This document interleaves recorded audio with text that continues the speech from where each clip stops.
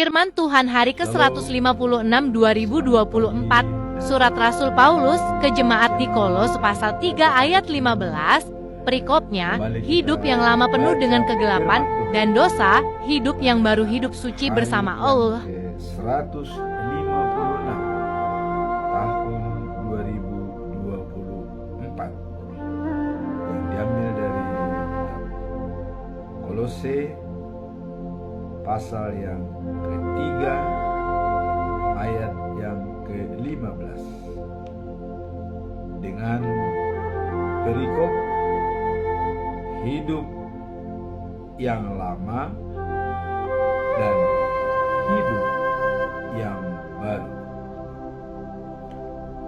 Dalam natsnya disebutkan adalah hendaklah damai sejahtera Kristus memerintah dalam hatimu, karena untuk itulah kamu telah dipanggil menjadi satu tubuh, dan bersyukurlah. Firman Tuhan pada hari ini. Dan dalam bacaan pagi yaitu 1 Petrus pasal yang ke-1 ayat 22 sampai dengan 25 merupakan lanjutan daripada yang kemarin, yaitu panggilan hidup suci. Bacaan malam diambil dari Injil Yohanes pasal 14 ayat 25 sampai 28. Dengan perikop Yesus menjanjikan Roh Allah. Sekarang kita masuk dalam perikop hidup yang lama dan yang baru. Dalam perikop ini, Rasul Paulus menulis surat kepada jemaat yang ada di Kolose, yaitu surat tersebut berisikan ajaran tentang keselamatan, iman, dan hidup yang sesuai dengan Kristen. 2 Korintus pasal yang kelima ayat 17 dikatakan, karena itu jika ada orang di dalam Kristus, ia adalah ajaran baru. Yang lama sudah berlalu, sesungguhnya yang baru sudah datang. Paulus menyatakan, habis gelap terbitlah terang. 2 Korintus pasal yang keempat ayat yang ke-6. Ayat ini menunjukkan bahwa ketika seseorang percaya pada Kristus, mereka mengalami perubahan yang mendalam dalam hidup mereka. Hidup yang baru tidak lagi dikendalikan oleh dosa, melainkan oleh kasih dan kuasa Kristus. Apa sih sifat-sifat dalam hidup yang lama? Sifat hidup yang lama dan yang baru adalah konsep penting dalam iman Kristen. Nah, jadi ini merupakan tolak ukur hidup yang lama dan hidup yang baru. Hidup yang lama dipenuhi dengan dosa, ya, dan jauh dari kehendak Allah. Dosa, kita tahu Adam sudah berdosa, ya, dan tentu keturunannya pun itu akan diwariskan. Jadi kepada semua umat manusia yang ada di dunia ini, waktu lahir dia sudah berdosa. Artinya masih hidup yang lama. Nah, jadi hidup yang lama dipenuhi dengan dosa dan jauh dari kehendak Tuhan Allah. Nah, sementara hidup yang baru adalah hidup dalam Kristus. Dalam Kristus kita diberi kesempatan untuk meninggalkan kehidupan yang lama, yang sesat, dan ya, memulai hidup yang baru yang diberkati oleh Allah.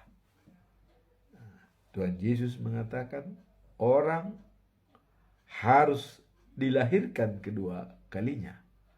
Tapi murid-murid mengatakan, bagaimana kami masuk lagi yang sudah besar-besar ke rahim ibu?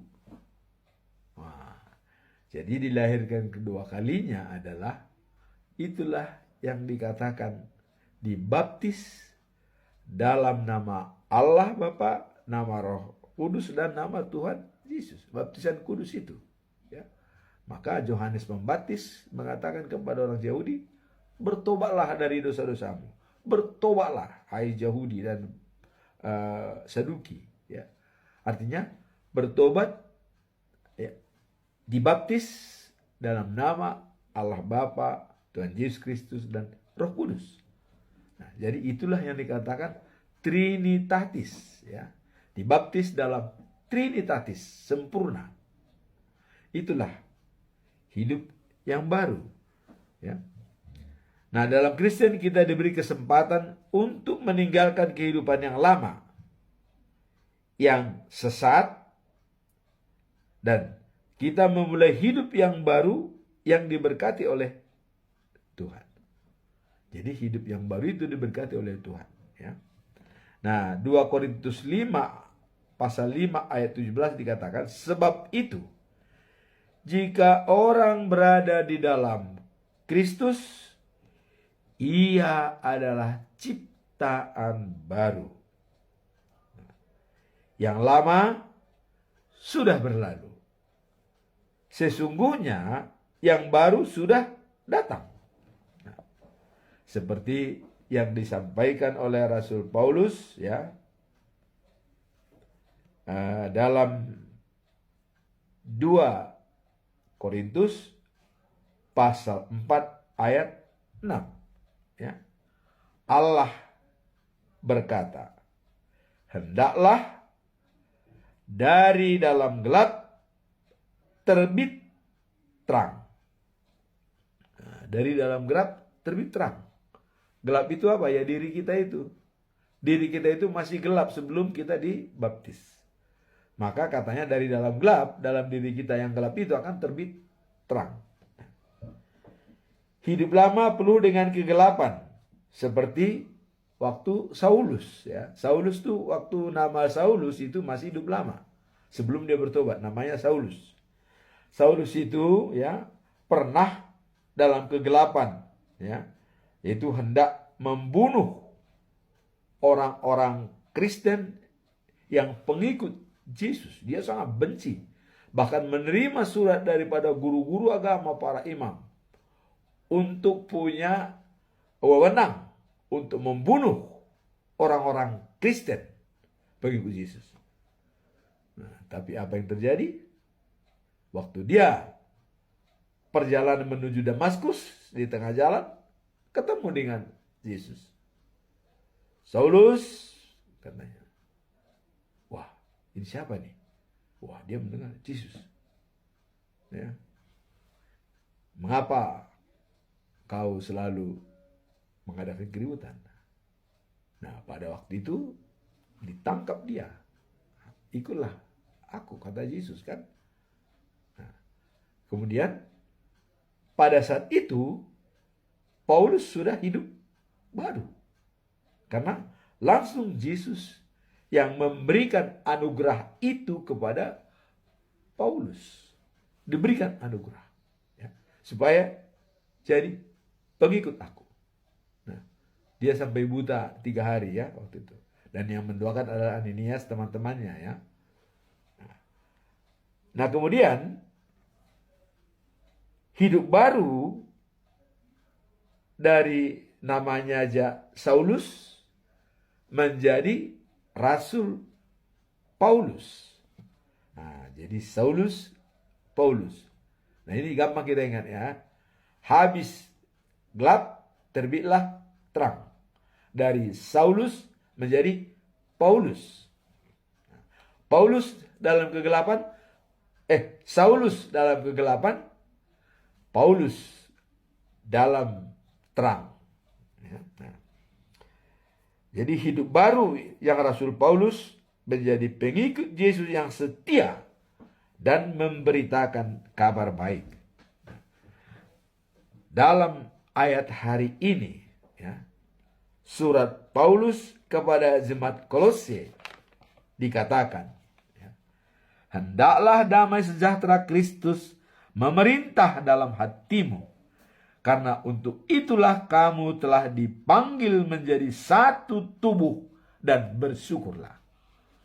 Inilah pesan Paulus ya kepada jemaat yang ada di Kolose. Hendaklah damai sejahtera Kristus memerintah dalam hatimu, karena untuk itulah kamu telah dipanggil menjadi satu tubuh dan bersyukur. Satu tubuh dengan Kristus. Jadi hidup lama menjadi hidup yang baru. Inilah kesimpulan dalam perikop ayat hari ini. Ya. Ditinggalkan sifat-sifat yang lama dan menjadi ciptaan baru. Kemudian dalam bacaan pagi, apa kita lihat bacaan pagi? 1 Petrus pasal 1 ayat 22 dan 25. Nah kemarin sampai dengan ayat 21. Ini juga panggilan hidup suci. Panggilan hidup suci merupakan panggilan yang penting bagi setiap orang yang percaya. Jadi panggilan hidup suci ini kepada semua orang yang percaya pada Tuhan. Ini otomatis ya, panggilan hidup suci ini. Nah, kita dipanggil untuk hidup secara berbeda ya dari sifat-sifat yang lama. Nah, kemudian ya menjauhi dosa dan mengikuti kehendak Tuhan. Jadi bagi setiap orang yang percaya, panggilan hidup suci ini menjauhi dosa dan mengikuti kehendak Tuhan. Hidup suci bukanlah suatu yang biasa yang bisa kita capai dengan kekuatan sendiri. Nah, jadi untuk hidup suci ini tidak bisa dengan kekuatan sendiri, dengan kemampuan sendiri, tidak bisa ya. Tetapi melalui Roh Allah. Hanya Roh Allah yang menemani kita supaya bisa hidup suci. Nah nanti bacaan malam itu kita lihat Tuhan Yesus menjanjikan Roh Allah kepada murid-muridnya. Nanti ada di dalam bacaan malam. Nah, hidup suci bukanlah suatu yang bisa kita capai dengan kekuatan sendiri, tetapi melalui Roh Kudus yang bekerja dalam diri kita.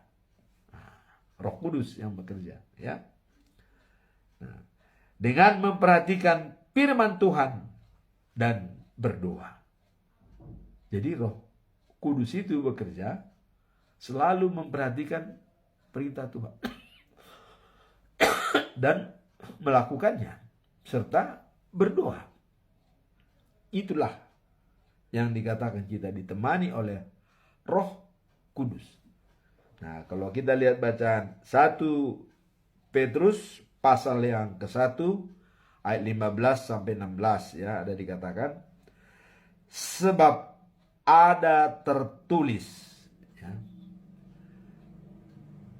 kamu harus kudus karena akulah yang kudus. Nah, ini kata Allah. Kamu harus kudus karena aku kudus. Dan kamu kuciptakan sesuai dengan gambarku. Kalau sesuai dengan gambarku berarti kamu harus mengikuti aku. Kira-kira begitu filosofinya ya.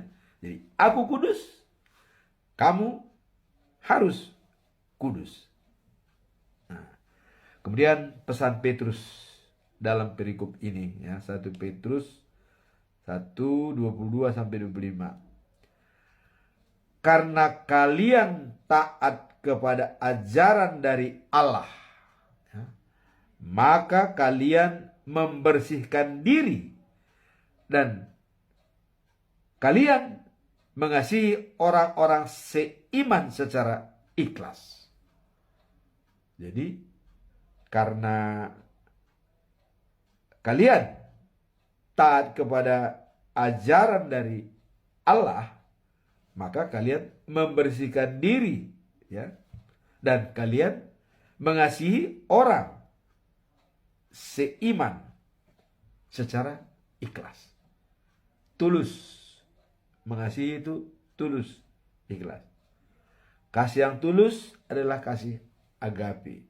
Tidak mengharapkan balasan dari orang. Kita murni memberikan kasih itu kepada orang. Ikhlas, tulus. Itulah kasih agape. Nah, kemudian dikatakan, maka kalian orang-orang seiman secara ikhlas. Sebab dengan sabda Allah yang hidup dan yang abadi. Jadi firman Tuhan itu adalah yang hidup dan tetap selama-lamanya. Ya, tidak berubah sedikit pun. Kalau Tuhan berjanji, janjinya ditepati. Tuhan mengatakan A hari ini, A besok, A juga yang akan datang. Dan A yang kemarin sama. Akulah Alfa dan Omega. Ini kata Tuhan Yesus. Ya. Alfa dan Omega. Awal dan akhir. Nah, makanya kalau ada memperdebatkan Yesus adalah anak Yusuf ya, yang umurnya hanya 33 tahun, seolah-olah ya umur itu pendek, padahal dia sudah mengatakan, sebelum Abraham ada, aku sudah ada. Bahkan sebelum dunia diciptakan, aku sudah ada. Ya itulah Allah. Ya hanya Allah yang ada sebelum dunia diciptakan, karena yang menciptakan bumi adalah Allah. Nah, tapi Allah juga dalam penciptaan manusia, mari kita ciptakan ya, manusia sesuai dengan gambar kita. Dengan siapa dia bicara? Nah ini Trinitatis itu ya, dia bicara karena dia sudah menciptakan Trinitatis, 3 tapi 1. Saya katakan selama ini segitiga sama sisi. 3 sisinya tapi 1 segitiganya. 3 perbuatannya tapi 1 kesatuan. Ya. Sebagai Allah Bapa, dia mengutus anak menjadi manusia supaya bertobat, supaya manusia bisa melihat Tuhan tidak mati. Karena kalau Allah turun, manusia mati, tidak bisa melihat Allah, ya kan? Yesaya mengatakan, celakalah aku pada waktu dia mimpi, karena melihat Tuhan. Ya. Tapi malaikat-malaikat ya mengurapi dia, memberikan bara api ya, perapian, diambil dari perapian dan pakai sumpit ditaruh di mulutnya. Nih katanya, dosamu sudah diampuni.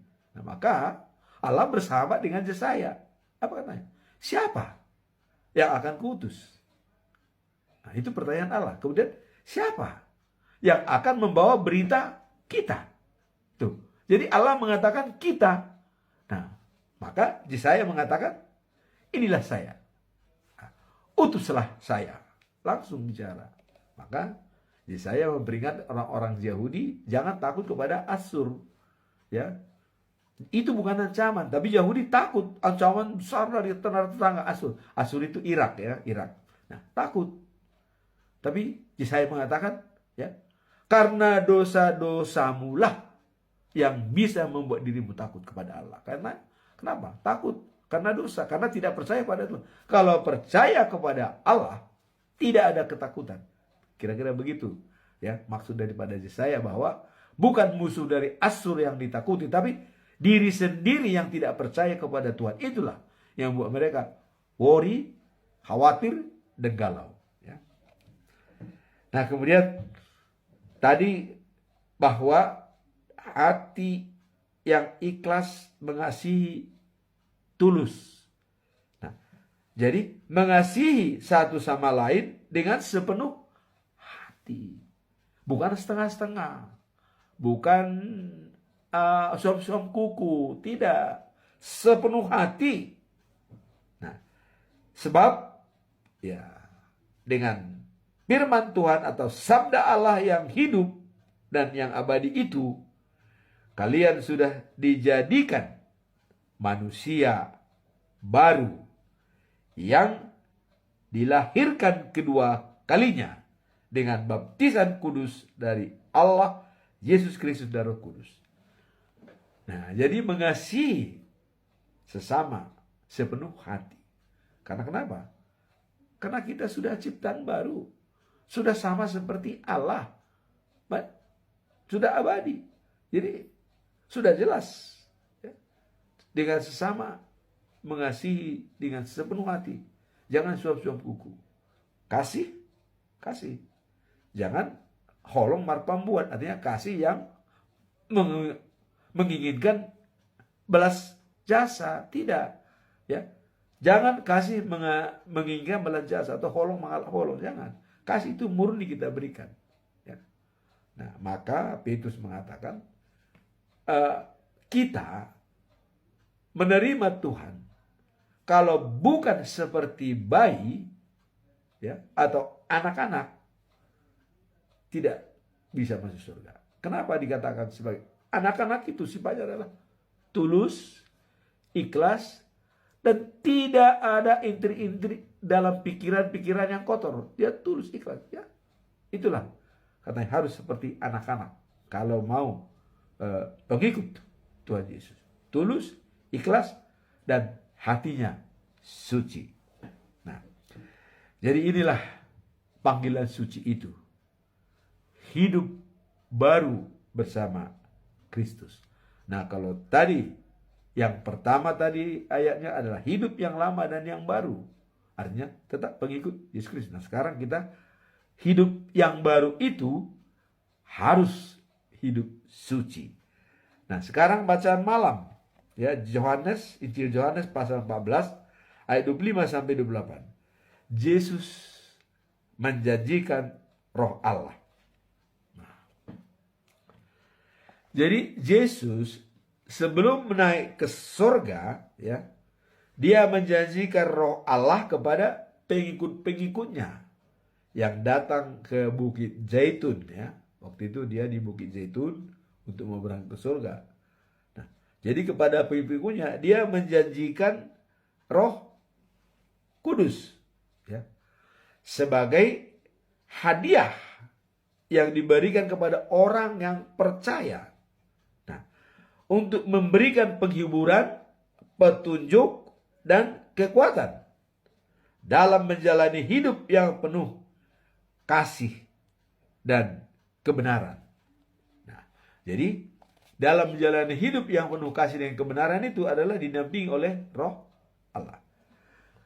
Kemudian Yesus menyatakan diri pada murid-muridnya dan bukan pada dunia. Nah, seperti dalam ayat 21, orang yang menerima perintah-perintahku dan melakukannya, dialah yang mengasihi aku. Bapakku akan mengasihi dia. Orang yang mengasihi aku akan mengasihi orang itu dan menyatakan diri kepadanya. Nah, kemudian dengan mengatakan diri kepadanya ini, ya, seolah-olah ini tertuju kepada hanya murid-murid Tuhan Yesus, bukan kepada dunia. Nah, sehingga Judas bertanya. Nah, tapi Judas ini bukan Judas Iskariot, tapi Judas anaknya Yakobus, ya. Nah, Tuhan, katanya, mengapa Tuhan mau menyatakan diri kepada kami dan tidak kepada dunia? Ini pertanyaan daripada Judas, anak Yakobus, ya.